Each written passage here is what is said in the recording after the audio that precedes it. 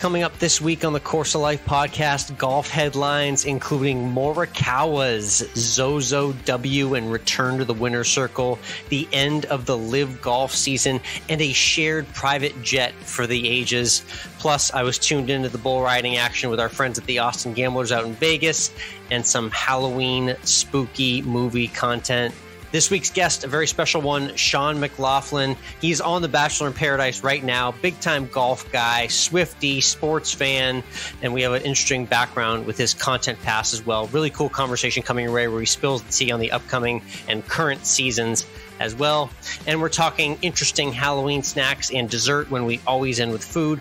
All of it brought to you by our friends at Desert Fox Golf. Mike, you and I just solidified that we're heading back to the PGA show again to represent the podcast. We'll definitely see the guys from Desert Fox Golf there, and they talk about it all the time when they're at the show or when they're anywhere. Desert Fox Golf, their phone caddy, their cigar holder, the Swing 8 tumblers are perfect for large-scale events. So if you out there are part of a club, you work at a club that has events, or you know of an event, or you're going to be playing in a charity event that's coming up that you think deserves Desert Fox Golf products at it, hit us up on Instagram. DM us at COL Podcast. Again, just send us a DM at COL Podcast. Tell us a little information about the golf event. Connect us to the event team. We'll take care of the rest. If they have Desert Fox golf products at that event, you will get a cash referral just for connecting us. That's right. You get a cash referral just for being the golfer you are and having some awesome products from Desert Fox at your future golf event. So if you're in an event or you're a golfer and you love Desert Fox Golf, check out their website, check out what they can do for you as an individual golfer and for group events today.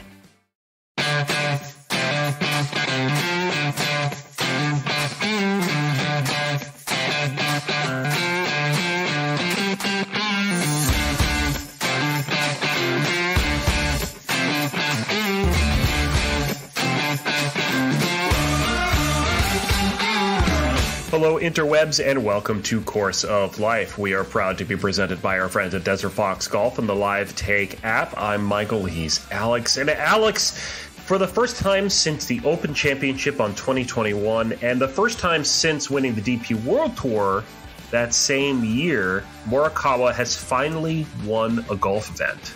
Yeah. God, has it been that long? Wow. Yeah. It's been since late 2021 that Colin Morikawa last won. One of those guys that's just a fixture. You know him. He's a brand name, a face, constantly a top 10 guy. He's playing in all the best tournaments, the international competitions, but he has been a little quiet in terms of the winner's circle. So it's been that long, but he got it done way overseas. You may have missed it because it was a late Saturday night finish over there in Asia, but an impressive 63 to win by 6 shots on Sunday. First win as a husband as well, with the wife in attendance. He looked pretty pumped. Definitely a big-time monkey off the back of a guy that I feels like he should probably be winning more at this rate in his career. Yeah, I mean, I feel like over this past year, we just kept wondering if Colin Morikawa was ever going to win again. So the question I have after this commanding victory at the ZOZO, is this Colin Morikawa's year to win another major? Yeah, I mean, it could be, open up the floodgates type of thing. Remind him that he can be dominant events. It's not just about like winning by a shot. Like if he has his best game, he's shown time and time again, he's one of the best ball strikers in the world when it comes to short irons and wedges. So if he's consistently giving himself those opportunities, even with an average putter, he can win tournaments on tour. I think he's definitely going to be a guy to watch in the majors next year. You look ahead to maybe like a Pinehurst at the U.S. Open or Valhalla for the PGA Championship, which we talk about later in this week's episode with our guest. Those could be potentially good spots for Morikawa. So impressive to see him get that win. And yeah, this definitely could be a precursor of what's to come next year. Morikawa, after winning, was able to hop on the jet and fly back to the Americas, and he did so with Minjee Lee, who happened to also win on the LPGA Tour at the BMW Ladies Championship out there in Asia. For 2 weeks in a row, the LPGA went to playoff holes, and Minjee Lee took the W, her second win in 3 events. Yeah, we had to do a double take because we just talked about her hitting the winner's circle, and she's back again. And that was not a misprint right there. You heard correctly. Colin Morikawa and Minjee Lee just casually sharing a private jet home. I love that. What a winner's vibe in the world of golf if I've ever seen one. Oh, you won in Asia? Oh, I won in Asia? Okay, cool. Yeah, let's just jet back to America. The flight probably costs, cool 80, 100 grand or something like that. But it just doesn't matter when you're winning professional golf tournaments. I did see there was a little bit of a third wheel situation, Mike. Now, you remember Minjee Lee's brother is Minwoo Lee, who I think was also on the jet. Now, I mean, I know he's a world-class player in his own right, but he didn't win anything last week. So he must have been feeling awfully lonely without a trophy on that long plane ride. Well, you know, it just makes the other two feel even more special. I know. He said it before in interviews, like, yeah, I mean, my sister's like completely lapping me in terms of career achievements right now. So at least he's got a little bit of a sense of humor about it. But hashtag let him cook. We love Minwoo Lee and his content on social. So he'll be fine in the winner's circle eventually. But for now, his sister, Minjee Lee, definitely stealing the spotlight with these wins on the LPGA Tour. The LIV Tour, for however much longer they're around for, which is kind of indefinite at this point, thanks to the lack of knowledge of what's happening behind the scenes.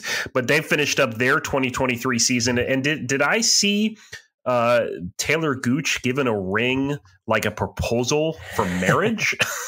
Yes, Greg Norman and Talor Gooch haven't set a date yet. I hear that they're leaning for a band over a DJ. So it'll be a fun party if nothing else.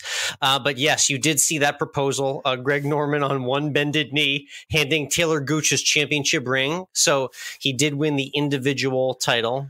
Talor Gooch won the individual title. I mean, it didn't really make many headlines throughout the year, but he won enough times to have that honor. And then on the team side, Mike, Bryson DeChambeau and the Crushers win the team championship. So name for me the other three Crushers for $100 right now.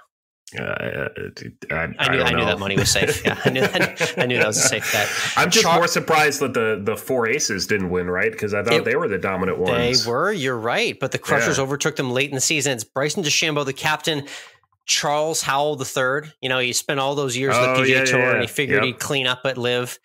Paul Casey, the former multiple-time Valspar champion and Ryder Cupper, and Anirban Lahiri, the Indian golfer, making up Crushers. Right. Yeah. And they won the team championship. Interesting. Can I just go on a tangent for a second? Because we're talking about proposals and weddings. When we were out this weekend, we saw a very nice wedding going on in Savannah on the river, which we expect cost at least $150,000. Why you say that? Why the expensive price tag? The venue specifically? Over 300 people. They had a fantastic tent set up with two separate bars with this kind of pastel blue cabinetry behind each bar set up. Wow. They had what looked like a 5-piece band. They had the photographer. You can tell the photographer and videographers had a drone. So the photographers and videographers were at least $20,000 or $30,000. Yep, that's 5 figures for sure. Yep.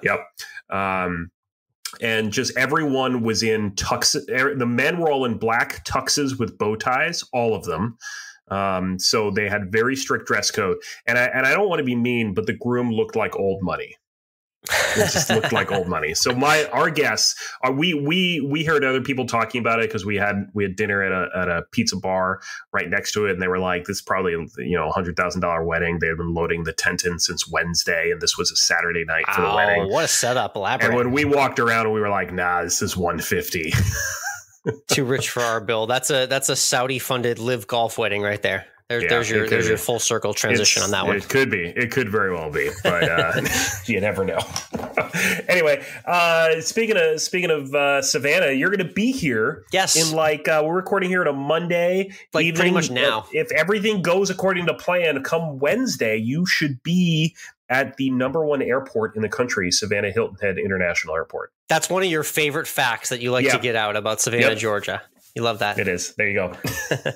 Yeah, I'm excited. I'm going to be making my landing there. First time in Savannah. I've spent a lot of time in different southern cities and spent time in Georgia, but more so the Atlanta area. So I'm excited to see the low country in all its glory. Looks like we get some decent seasonable weather. Should be great for some golf spectating as well, too. And we're going to take a little drive down for a little Jacksonville, Florida area content, like we mentioned for the Desire Cup, which we're going to be at as well, too. So be sure to follow along on Instagram at COL Podcast, at MWRINC, and at Course of Life Alex. We'll be posting our interview content. Maybe we'll do a little red carpet, a little first tee content, a little 19th hole content. We're going to be at Sawgrass after all. So there'll be nice. Enough for us and you to see and enjoy. So I'm looking forward to the trip. And make sure you're following us on YouTube as well, because eventually we'll probably be posting some stuff there from the trip. We got stuff there from when you walked 9 holes with Annie Park at the Ascendant LPGA at the Colony. So we got that video up there. You got a video from your time at the Eastside Mini Open coming up next this week as well. Nothing like a mini golf themed bar crawl, right? That's always a fun way to kind of see the town and see a city in a new light. And there was some really cool creations. So I'm looking forward to showcasing that day. I even judged the competition at the end, and you'll see some of the winners. So yeah, that was a cool video. Again, follow the YouTube. Those videos will be out by the weekend for all your enjoyment as well. At this point in the podcast, we talk about what's coming up next on the PGA Tour. But guess what, Alex? There is nothing happening on any of the tours this weekend. Way. Maybe the DP World Tour. Let's double check that. We didn't check the DP World Tour. Okay, but yeah. all There's tours, no PGA Tour event. There's no Corn Ferry's over. Yep. Wow, man. The Champions Tour is off.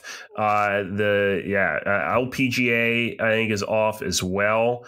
Yikes. And so so the we will have the DP World Tour at the Commercial Bank Qatar Masters. Oh, okay. Yep. That's the one with the World Cup stadium in the background of one of the holes. When we had Resina gone, he told us about that experience. That's a weird desert golf vibe in the morning. But yeah, pretty quiet on the golf calendar is the narrative. A kind of a rare little mini, take a breath in, week off for the golf fans out there to just lock into the football. But there's a good stretch of events coming up here once we hit November. So I'm okay with just a little bit of a breather on the golf end. It's good with me. Yeah. So you can take a break and then watch golf early in the morning from Qatar, or really overnight. It's really during the overnight.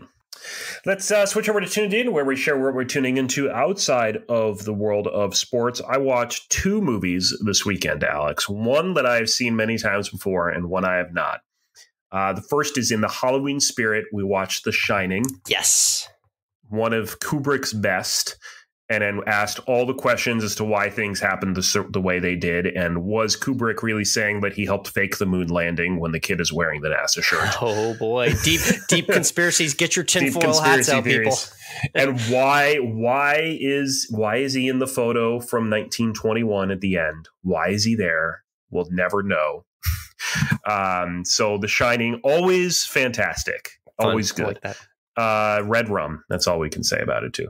And then we watched a new film, actually, from earlier this year, a British film called Polite Society.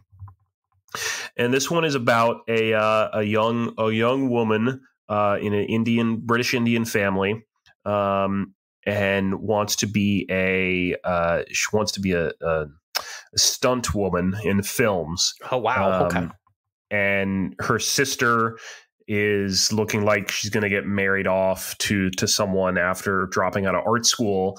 And she doesn't want that to happen. So it looks it's a question about whether or not we're watching this as an unreliable narrator is narrating the film through it, or whether things that are happening are actually happening. Ooh, it's hard for me to describe this movie. Decent tease, though. Yeah, but it's funny. It's really Polite well done. Society. We kept saying throughout the film that they must have had so much fun making this movie. So it's a really funny, kind of fun, upbeat film. So definitely recommended. It's on Amazon Prime right now. Polite Society and The Shining. Always good time of the year for Halloween content. Love that. Awesome. Like I mentioned last week, we had JJ Gotch on. I was tuned into a little bit more bull riding in the Austin Gamblers out in Vegas. Unfortunately, just one step short of the grand title and the end of the team's championship finish. Second place for the Gamblers it was in Vegas. But if you followed JJ or you started following along this past week, you saw Mike, he did get to the Sphere. I'm obsessed with the Sphere in Vegas and the Sphere content. U2's residency continues, and he posted a couple of videos from being there, and that venue looks spectacular. I might go watch paint dry at the Sphere. That's how awestruck I am by the lights and digital technology on hand. So excited to make that a part of my next visit. So didn't get the win on the bull riding front, but really cool to see JJ at a brand new concert venue there in Vegas. All right, let's get into this week's guest, Alex. I'm going to let you really do this entire introduction because while I'm not knocking it, I don't watch The Bachelor or The Bachelorette. I know nothing about it. We've had numerous guests on this podcast, and I've listened to those interviews, but it's just not. I'm an honest guy. I'm not interested. I'm sorry. Let me tell you about this guy right here. This guy is a big time golfer. I just found out that he might be my perfect scramble partner as well too. So we're going to get into why that would work. But he has a great take on the Taylor Swift+Travis Kelce situation. He spills a lot of tea for the Bachelor in Paradise fans out there, and he has a very interesting connection to Barstool Sports as well that a lot of people don't know. I'd known this guy for a while, and it's been really cool to connect with him and have Sean McLaughlin on the show. So yeah, a great conversation coming your way. Regardless of whether or not you watch the Bachelor franchise, Sean's a great personality, and he's got some great lines from his season and his cameo on both Bachelorette and Bachelor in Paradise as well. So real fun conversation coming your way. All right, you made me want to listen, so we're going to listen.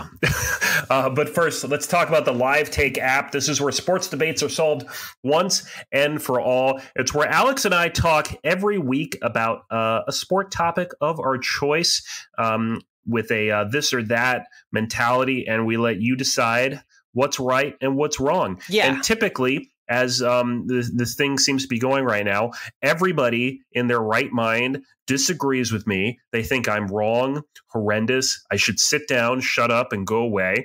But we're not going to. I'm going to keep saying things like fall golf is the best golf season. Yeah, and people disagree. It's just I don't get it. Yeah. I'm a cocky Boston sports fan that's won all my life, and I'm continuing to win. So this isn't good. Someone out there, if you want to vote against that, then by all means, go ahead and vote for Mike. He clearly needs all the help he can get in these live takes, but it's fun debating him on a weekly basis on the app. Like you mentioned, we talk about all things sports, all things golf, and we let you, the people, vote and decide. That's the beauty of the app. Is the answer to who won the debate is not confirmed at the couch. It's not with your buddies. It's not with your little echo chamber out there. It's with the actual world and the internet and the unbiased audience. That's what we love about Live Take. That's right. You can find us on the Live Take app, COL Podcast Alex and COL Podcast Michael. Again, we're posting our takes there weekly. Check it out on your app store. Live Take. Let your take be heard.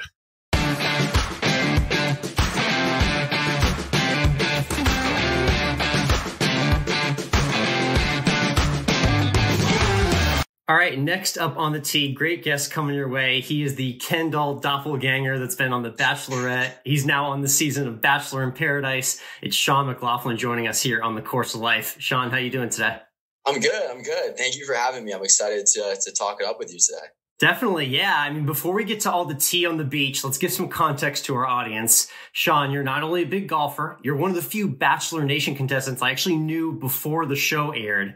People may be just finding out that you actually previously worked at Barstool Sports for a little while before everything happened with the Bachelor Nation franchise. Tell everyone a little bit about your time working there, first and foremost. Yeah, so that came out when the cast got released for The Bachelorette. I used to work at Barstool, which was a really cool opportunity. I guess most people know me from Dave wrote a blog about me one time, how I was too good looking to work there. Yes. And he wanted to fire me. So it's a pretty funny blog if you want to look it up. So they started calling me Hot Sean there, and that's kind of how I got the nickname. But yeah, it was fun working at Barstool. It was really cool. And obviously I was young. I was in New York City at the time. It was a fun experience. And then The Bachelorette came about. So I've had a couple wild opportunities in my life, which has been really cool. Yeah, Dave is Dave Portnoy. He's a legend for anyone who follows anything Boston, New England, and now the entire world. He's basically taken over the entire internet. I'm curious what that was like for young Sean being given the Hot Sean moniker, as Hot Sean, as he would say. What was that period like for you, kind of navigating that first glimpse of what it's like to be like thrown into content and be the spotlight? Yeah, that was so strange. It was fun. It was a blast. And honestly, like, the nickname doesn't suck. Like I'd rather be like Hot Sean than like average looking Sean, I guess. But so when I got there the first day, all the interns are in the room. And like at that point, there's like 40 people at Barstool. It was really small. It's not what it is now, like absolute powerhouse. But they all kind of looked somewhat similar, and they didn't really look too much like me. So Dave was filming the rundown that day, and he stopped the rundown. He was like, "Who the fuck is this guy? Like, who is he? Get him out of here." And they wrote this blog, and then it took off. So it was cool for a little bit getting thrown in the spotlight. And all my friends were huge fans of Barstool and grew up with it. So to see their friend like be the topic of a Dave Portnoy blog, it was definitely a surreal experience. And phone kind of blew up for a little bit after that. But yeah, I look back on those moments and I laugh. It's pretty funny, and I enjoyed my time there. Yeah, very cool. I know you got to do a little bit of the content on the golf side for the foreplay team, and I know you're a golfer yourself. I'm curious, in any future golf content, are you going to come over to our side of the ship here and do some fun golf content now that you got this new spotlight here? Yeah, we'll see. I've been dabbling in like the golf content piece because I love to play. It's one of my favorite things to do in the world. So to kind of incorporate that into, I guess, the platform that you're given now, I think it would be really cool. I love talking about golf. I pretty much watch every tournament when I get the chance. So yeah, it's something that I have a passion for it and kind of mesh the two environments. So maybe in the future you'll see some more golfing videos. Yeah, we'll have to collaborate around if the time is right. I met Wells Adams at a celebrity program event. I know he's always getting out in the LA area, so there's a pretty big network of golfers in Bachelor Nation as well too. So make sure you get on board with those guys as well too. Yeah, absolutely. I don't have to play around with Wells. Have you played with him before? Well, no, I haven't, but I know he invited me out to Lakeside, which is like, from what I know, a pretty exclusive LA course where a lot of Hollywood plays. So if I got to make that trip happen, hopefully you're there too, and we can all play together. Yeah, for sure. That'd be great. I'm sure Wells always plays at some really good spots. It'd be great to get out there with him. I've seen the courses that you put on your feed as well. It's Sean McLaughlin on Instagram for those who aren't following as well. But how's the golf game? I know you don't quite to play as much as you like, but how's the game for you these days? Yeah, the game, man, I always wish my game was in a better spot. I think that's every golfer's kind of, feeling about their game currently. I've been playing a lot. I used to, when I moved down to Tampa from New York originally, I played all the time. I got down to about a 2.8 index. So I was playing all the time, really good. And now I just don't play enough. I'm sitting at a 5. My short game's not great. I hit the ball pretty far, which helps out in some of the places we play, but I wish it was better. Wish I could putt better. Wish I could chip better, but maybe when I get more time in the future, we'll get it down again. Okay, we could be a decent two-man scramble because I can't hit it far at all, but I got a great short game. I'm about a 10 handicap, so we'd work well together as a team, I guess. Perfect. Yeah, and we're getting some shots too. We'd tear it up. Nice. So you had that stint there where you kind of got a little bit of a dip your toe in the content game. And then obviously Bachelorette came along. I'm curious kind of what was that period in time like for you? And what were you kind of looking to do with your career kind of before the moments that the Bachelorette opportunity arose for you? Yeah. So I was out of, I guess you can say, the spotlight, what little I had at Barstool for a while. I'd gone, started my career in sales, moved from New York City to Tampa, and I was very, very content, very happy where my life was at that point. And then one of my coworkers had nominated me for the show. I got a missed call from an LA number saying they were casting for the Bachelorette. Wow. And I was like, is this fake? Are you trying to steal my credit card information? I didn't believe it. But then I started thinking more about how crazy of an opportunity it was. I was single. I've been single for a long time before going on the Bachelorette. So I was like, yeah, why not? Let's see what happens with it. Let's go have some fun. And if you can find love, that's obviously a positive from it. So I just knew it was going to be an amazing opportunity, regardless of how it turns out. So I was open to it, and fortunately got a chance to go on and be on charity season. Yeah, so that season was interesting to me because I've been a longtime fan. Me and my wife watch every season, Bachelor, Bachelorette, Paradise, whatever you throw at us, we're watching. But you don't always see a really strong respect level amongst the guys in a Bachelorette season. I was kind of surprised to see that. We're always looking for that angst. There was a little bit, but for the most part, talk about just kind of the rapport between you and the rest of the guys. Yeah, it was such a cool experience. And the fact that we all became best of friends was made the experience that much easier. But it's tough when you're going through it. You're dating the same girl as 25 other guys to start. So that's a very unique experience. No one else has ever done that in their life, I hope, or has ever thought about that. So I was worried going into it that, man, am I going to hate these guys? Like, am I not going to get along with them? And then pretty quickly after we got to the mansion, I was like, wow, I'm surrounded by some of the best dudes ever. And we all got super close. And the bond you form on these shows is pretty amazing. And looking back at my time on The Bachelor, that's the one thing that I'll always be very grateful for is the fact that I met some incredible guys that are now some of my best friends. And we all like to have a good time. All like to have fun. And we're all really, really cool people. Yeah, there were some neat moments where you guys were all kind of uniting as one, on that crazy journey that you were on. Now, there was a little bit of back and forth with some contestants, but fortunately, it stoked one of your classic lines in regarding to talking about fashion and wardrobe. You uttered, "This is cashmere," and Bachelor Nation stopped for a moment. That's your classic line. It's a classic fabric, a show of style and vanity. I want to know, what's your relationship like with cashmere now, obviously heading into the outset of the season? Yeah, that when I said that, I remember like the camera guy would like start laughing. I was like, I don't know, man. It's taken on a second nature. Like people come up to me all the time, like this is cashmere. So it was funny, and I think I wear too much cashmere and I live in Florida, so I don't know if that fabric meshes well with the temperatures in Tampa, Florida. But yeah, it's taken on a really special place in my heart recently, I will say. Is there any cashmere that you can leak into your golf outfits? I'm curious. I haven't seen a lot off the top of my head. Is it possible? Can you make it happen? Oh yeah. If it's not possible, I'm going to make it happen. You can do some like cashmere hoodies. I know like hoodies are, getting a little bit more popular on the golf course. When I play up in the Northeast during the fall, I always like to throw on a hoodie. And there's some like, I think Polo or Grayson has some like cashmere golf hoodies that are pretty good. So yeah, you can always work it into the repertoire.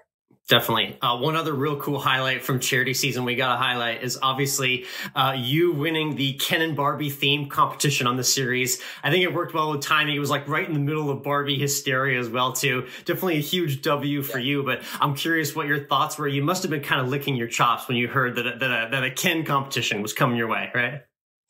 Yeah, it was. I was excited for that date for sure. I had no idea when we went on it that we would have to write our own song and then sing it in front of like 250 people. I've never even done karaoke before. Wow. But I was very much into that date. I was like, this is awesome. Let's have some fun. Like, we'll have a good time with it. And then Double Denim Ken kind of became like a little bit of my personality. It was just funny. And then the movie came out. I got a chance to see the Barbie movie, and it was cool watching it, and then obviously having that experience of doing the date like that. So yeah, that was probably not only my favorite moment on the show for date wise. Like I think that was all the guys that were on that date. That was the best date we went on. It was so much fun. We had a blast with it. Yeah, it was a really cool scene. It was kind of cool to see like people outside the production watching as well. It looked like it was kind of a spectacle for like everyone on the boardwalk, basically too.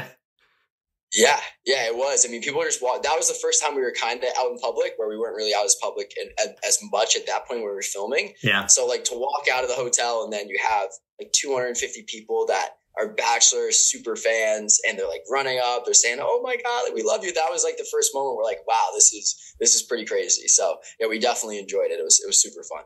Definitely part of you gaining a lot of popularity through that season, and it definitely helped get you on Bachelor in Paradise. So we basically are now taking Ken to the beach now. You're doing beach Ken style.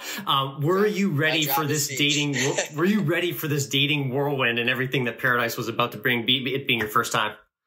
Yeah, I don't think I was. I don't think you're ever ready for Paradise. Paradise is pretty crazy, man. But I knew it was going to be a fun opportunity, and like, listen, you're having fun on the beach and you're hanging out with beautiful girls. And I was fortunate. I had a lot of my friends there. So it was going to be a fun opportunity. I knew I couldn't let that go by. So yeah, I don't think you're ever ready for Paradise. Paradise is a wild, wild time, but super fun.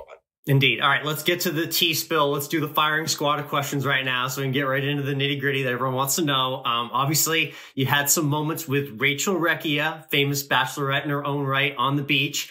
I'm curious, what was that the best kiss on the beach? What's to be seen here of your time on the beach right now as it stands? Yeah, I mean, if you're watching Paradise right now, it's not looking too good for me, I would say. But yeah, no, it was good, and it was cool to see Rachel there, and I didn't expect her to be there. So we'll have to see how it turns out for me. It's still airing, so you're gonna have to figure out if anything else happens. But yeah, it's been cool to watch it back. It's such a different experience. Yeah, I'm curious. One thing that got everyone going recently was the truth box as well. Shout out our buddy Wells at the bar for getting everyone going. It's basically like if you're a server at the restaurant, it's the suggestion box that the manager reads in front of everyone, except we were all just blowing up each other's dirty laundry. What were your thoughts on the truth box when it first got into existence and then got broken open as well too? Yeah, it was definitely something that people were excited about. On the beach, everyone's like, "Oh my God, it's amazing! You can say something anonymously."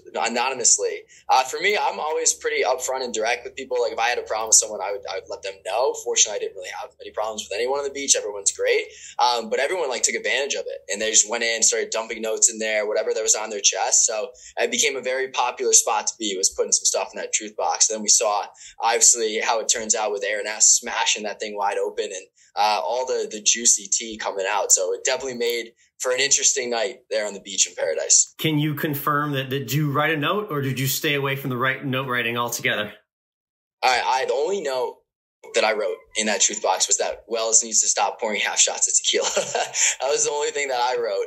Cause I definitely, I just mess around with Wells. I didn't have any problems with anyone or about anyone's relationship. So it was super, super easy.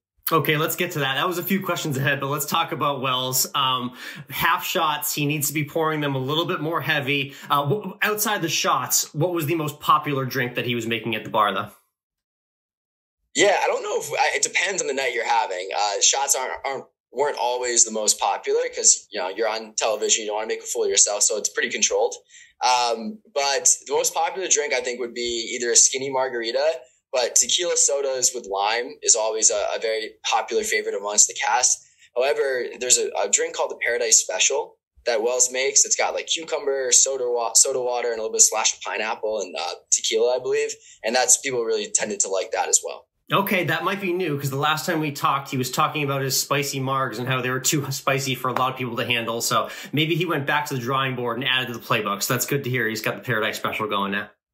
Yeah, he's got anything you want. That guy's going to be able to make it up for you. So it's cool. What people don't know too is like he's actually like he tends the bar. Like he has to clean the glasses and everything. Like he's not just like a plant there for TV. He's actually doing his job too.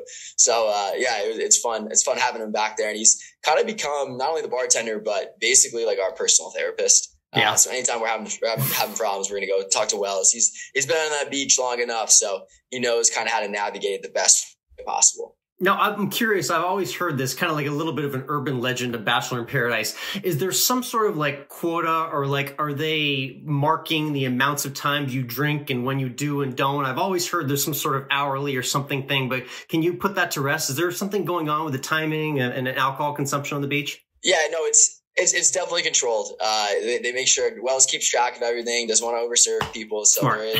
There's definitely like a controlled environment. We're not just on the beach, like ripping shots all the time. It's controlled. You want to make sure that you're in control of your own self. So Wells doesn't overserve people. That's for sure. Nice. I mean, I know you mentioned you had a lot of good cast bonding on charity season, but how about walking away from Paradise? Any unlikely best bro from Paradise that you met there on the beach?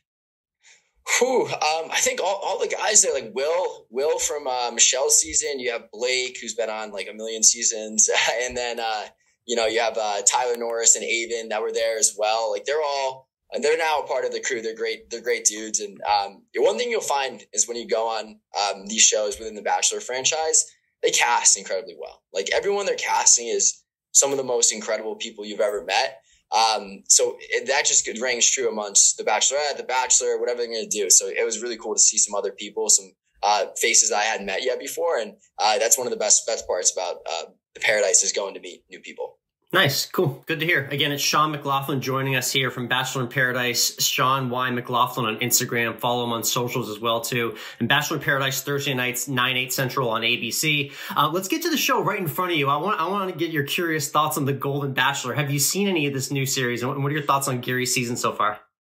Yeah, Gary's the best. He's so wholesome. He's so fun to watch on television. We got a chance to meet him when we were filming the Tell-All out in LA, and he's just a really great dude. So I've been enjoying his season. I'm excited to see how it turns out for him, but he really is just like how he is on camera. He's an awesome person, and it's been quite the difference watching Golden Bachelor into Bachelor in Paradise. Very different conversations are being had on those two shows. So it's quite the contrast. Yeah, there was a certain level of maturity amongst the guys in charity season, but I will say, yes, by and large part, so much more wholesome conversation going on there. Well, good word indeed. So Golden Bachelor's been fun to watch too. One thing we got to address, let's get to the stupid questions now. Big Swiftie, from what I hear. What are your thoughts on the Taylor Swift-Travis Kelce romance that's blossoming right now? Yeah, huge Swiftie. Love Taylor. I wasn't for it at first. I didn't think that Travis was good enough for our girl Taylor, especially when you have guys like Tom Brady that are single. Like that's where I think Taylor needs to be playing. There's the Patriots fan speaking out right there. Love it. Yeah, huge Patriots fan. But I think that as I've seen how Travis is navigating this relationship, it's super public, it's in the spotlight. He's doing a really good job, and he seems like they're having fun together. So I'm supporting it more and more now, especially seeing how he's handling everything. So I'm rooting for him.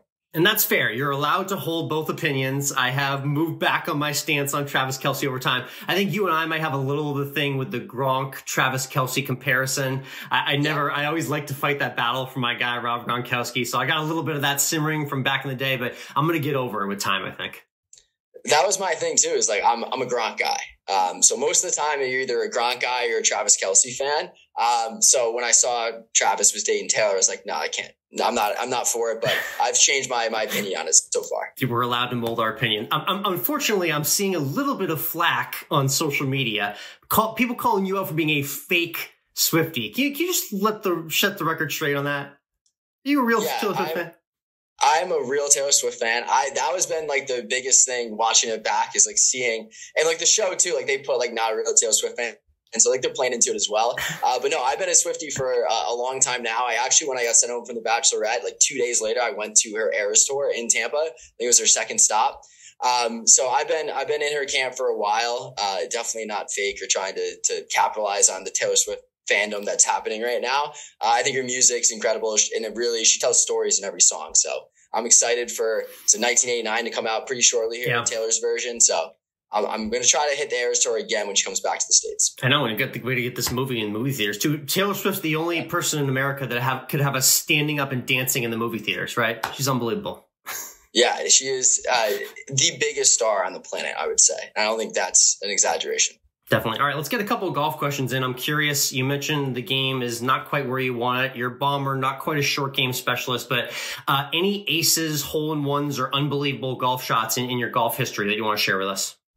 Yeah, I have one hole-in-one under my belt. It happened on Easter Sunday. Nice. And I had went out the night before with some friends in Tampa, so I wasn't feeling too hot in the morning. And I went to my course just to hit some balls and just hit the range a little bit. And a group was visiting from Texas, and they're like, "Hey, we haven't played the course before. We're like, would you want to go play around with us? Because it's a very difficult course. It's a 147 slope, wow. So it's really tough."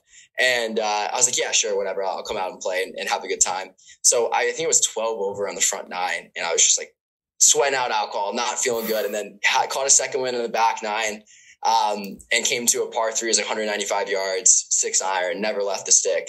One hop and went in the cup, but I thought I may have overshot the green.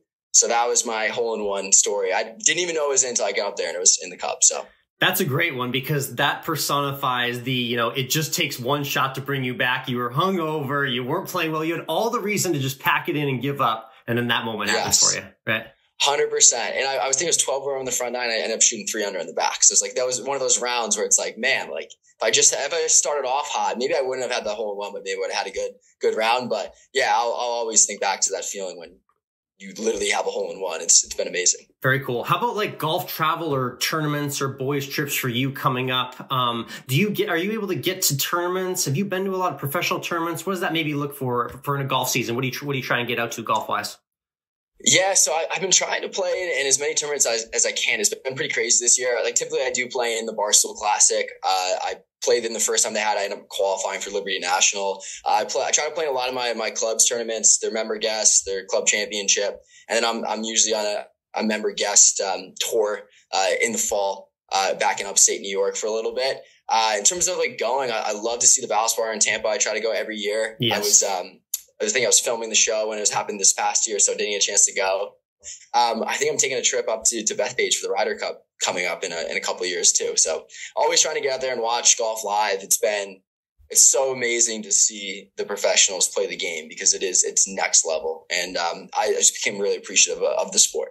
Yeah, I've been getting to a lot more tournaments recently. Unfortunately, I would say come to Austin. We just lost the Dell Match Play. That was my favorite tournament every year. Really? But they're not doing that event anymore. They canceled it. Yeah, it's off the schedule next year. So hopefully they get some more stuff here in the near future. But would love to see you out at a future tournament. In terms of next year, let's ask this question. Major tournaments next year. We've got in 2024 Valhalla for the PGA Championship in Kentucky, Pinehurst with the boys in North Carolina, or maybe Links Golf and Royal Troon for the Open Championship. Which one of those three would interest you the most? I'm thinking the PGA, and just mainly because I think Justin Thomas is going to come back and have a good time. He's from Kentucky, right? He is. So I think if he wins it home, win the PGA again. I think that one would be like the most interesting for me to go to. But I am going to Scotland on a trip coming up for golf with my mom in July of next year. Wow. So I'm going to try to play some golf out there and play some link style golf. So it should be a fun one. Love it. That will be fun indeed. All right, let's wrap with the 19th hole questions. It's a two-parter. First question is drink wise. Would you rather get a transfusion or a John Daly from the cart on the course? Oh, give me the transfusion all day, but I put tequila in it. Oh, okay. Wow. Transfusion tequila. Like it. And then the 19th hole question is, when you get in after a great round of the course, you get to one of your favorite clubhouses. What's the go-to order? What's the meal and the drink you like to have at the 19th hole? Okay. So I'm a tequila fan.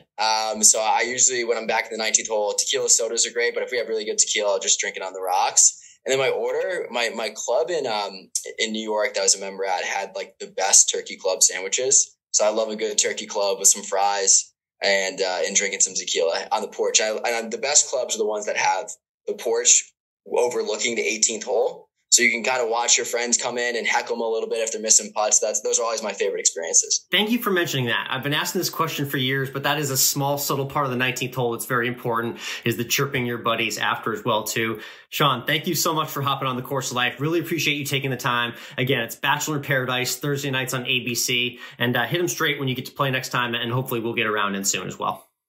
Yeah, I appreciate it, Alex. Thank you for having me on. It's been fun, and hopefully we get out on the course sometime soon.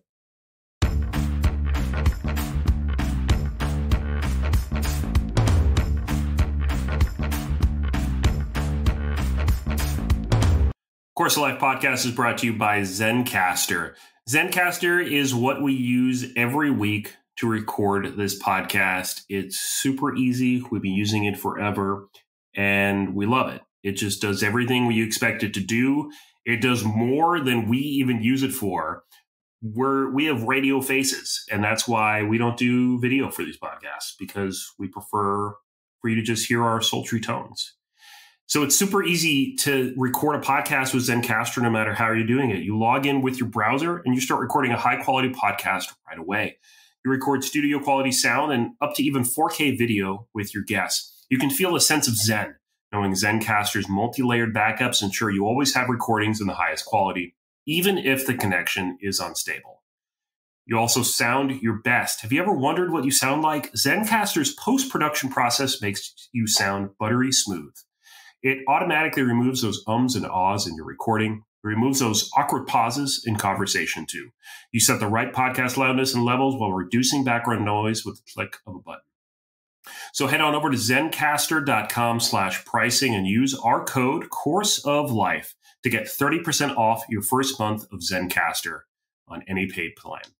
We want you to have the same easy experiences that we do for all of our podcasting and content needs. So again, that's zencastr.com/pricing and our promo code Course of Life for 30% off your first month of any Zencastr paid plan.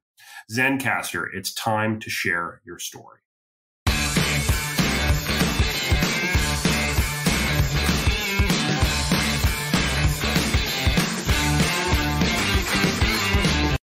And we're back. Great chat there with Sean. I'm loving the Kenergy he's got going on. Big time, yes. Looks like Ken. Yeah. My wife just got me this really cool pink keychain that says Mojo Dojo Casa House. So I am channeling my Kenergy every day. So I love seeing that as well out of Sean. That's pretty good to look like Ken. That's pretty good. Yeah, we could use that in our life, right? You think that might help things a little bit? Yeah, Sean's doing just fine for himself, and he's got a golf game to boot. It was really cool to connect with him. And it sounds like, Mike, he's got a similar Travis Kelce, Taylor Swift take, like barf off the bat.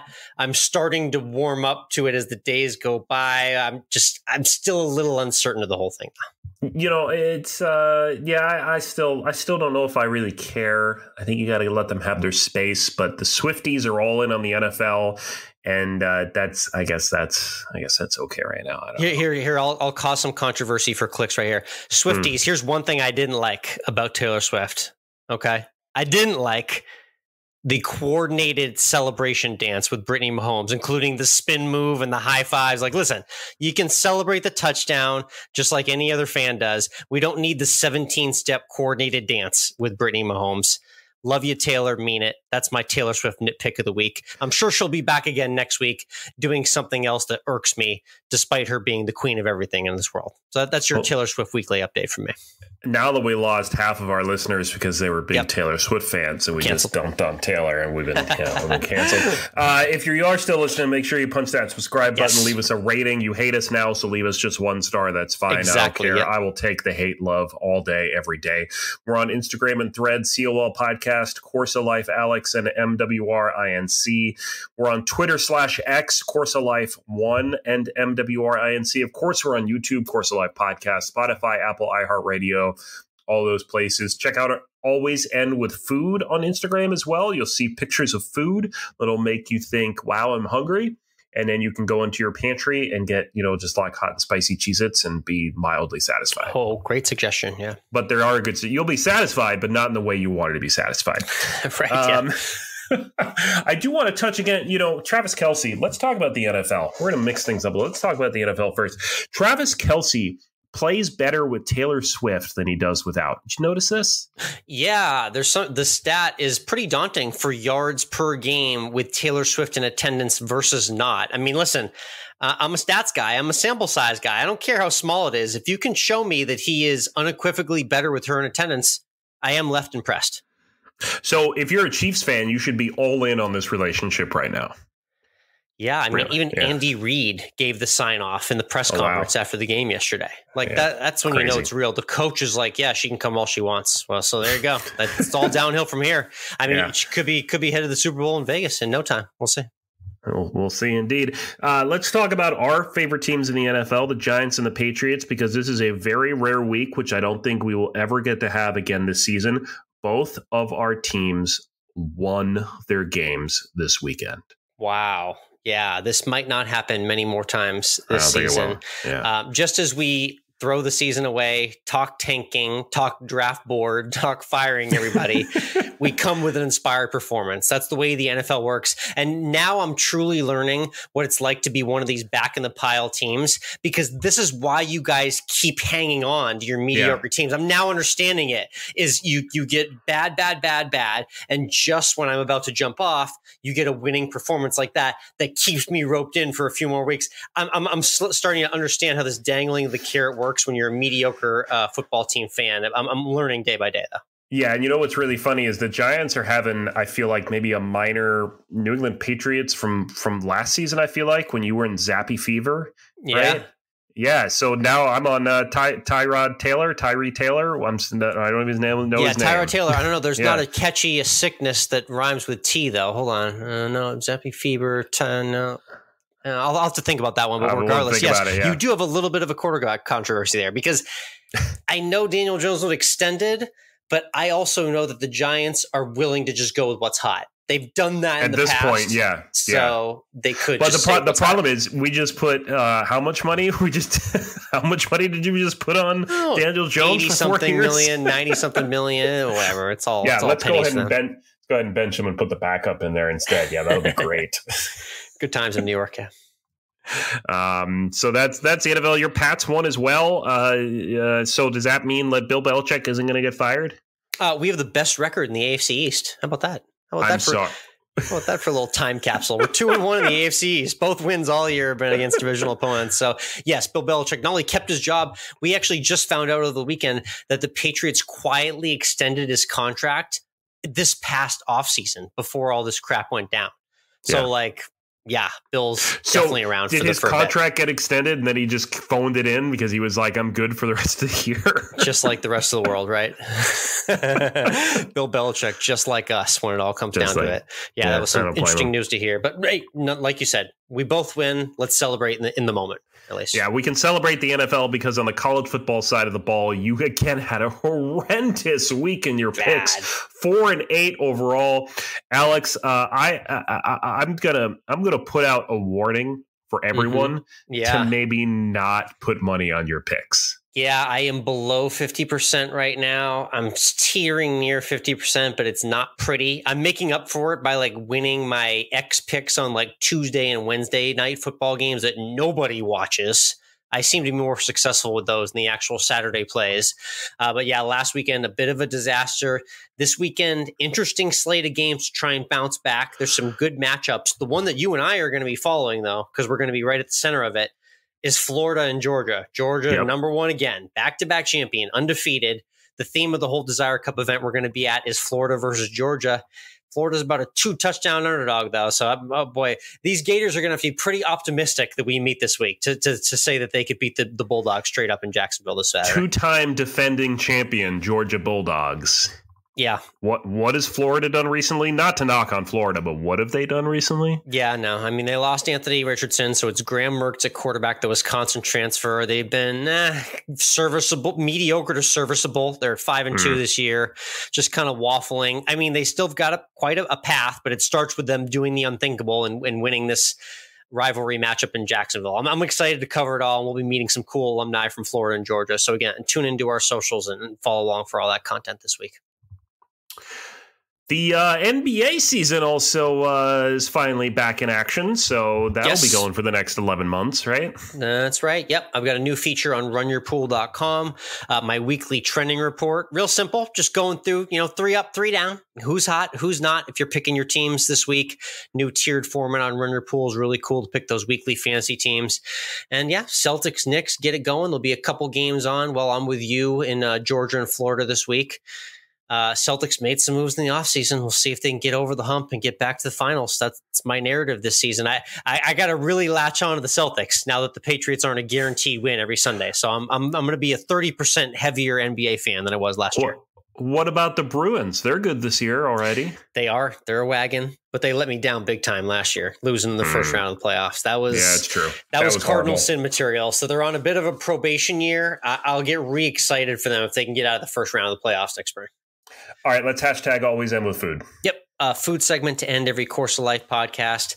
Always End with Food on Instagram. I put a couple snapshots up of it, but got back to my favorite sushi place in Bisou, the best Brussels sprouts in Austin. Always have to shout them out. But Mike, it was an interesting snack find for me this past weekend at the grocery store that I never thought I would see. Yeah. Walking through HEB, end of the aisle, one of those end of the aisle ones that catches your eye, and it quite literally did. Goldfish is running with a seasonal Dunkin' Donuts branded partnership of pumpkin spice flavored Goldfish crackers. Your initial thoughts at that product? I'm trying not to dry heave. And I was a bit mortified as well. Fortunately, for $2.64, that was the right price point to get me to purchase. I had some, and you know what? They taste just like Teddy Grahams. They're literally just a copy of the Teddy Grahams that we ate when we were 7 or 8 years old. And I was gleefully surprised at the pumpkin spice Dunkin' Donut infused Goldfish crackers. I can't believe I'm saying this, but they were at least an 8 out of 10. So that was my surprise Halloween snack find of the season. Don't make me go on Teddy Grahams, because I still get Teddy Grahams every once in a while, and they're just fantastic. So if you tell me they're like Teddy Grahams, I might smuggle a few to Georgia and get them to you. Get your review. So we'll see. I have a feeling you might be able to get them here too. Okay, we'll have to go see. This weekend I was in the kitchen doing some baking because why not? Yeah, it's life. Made a pear and blackberry crumb cake. Pear and blackberry, that combo. Yeah. How's that combo? It was not bad. It would have been better if my pears were riper. Okay, a little more they sweetness. Did not soften that much. You cook them down a little bit and then you put them in the dough. They still were a little firm, which was disappointing. This recipe needs some work. If I'm going to make it again, it needs a little more flavor going on in the cake layer, maybe. But overall, it was really not bad. It was just not super sweet, but it was a recipe from a Great British Bake Off cookbook. So, the Brits don't like things as sweet as we do. So that might be good. Yes, indeed. Okay. Pear and blackberry crumble cake. Good stuff. That's a wrap. Again, Always End with Food on Instagram, COL podcast as well. Thanks for tuning in this long. If you've made it this far, be sure to hit that subscribe button and like the content you're enjoying right now. Thanks again for tuning in, and we'll see you next week.